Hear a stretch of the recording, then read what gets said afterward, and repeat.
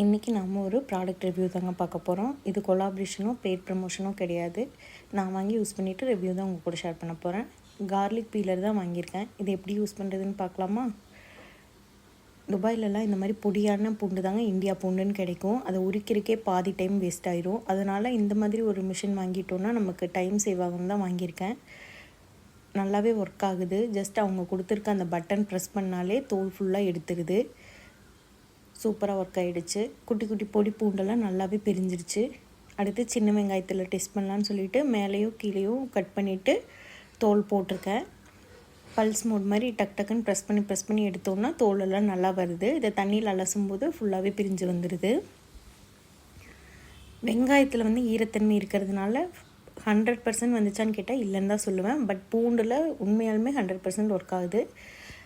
எனக்கு இந்த ப்ராடக்ட் பூண்டுக்காக தான் நான் வாங்கினேன். ஸோ எனக்கு ரொம்ப யூஸ்ஃபுல்லாக இருக்குது. இது கூடயே சாப்பர் ஒரு 2-3 டைப்பாகவும் பிளெண்டரும் கொடுத்துருக்காங்க.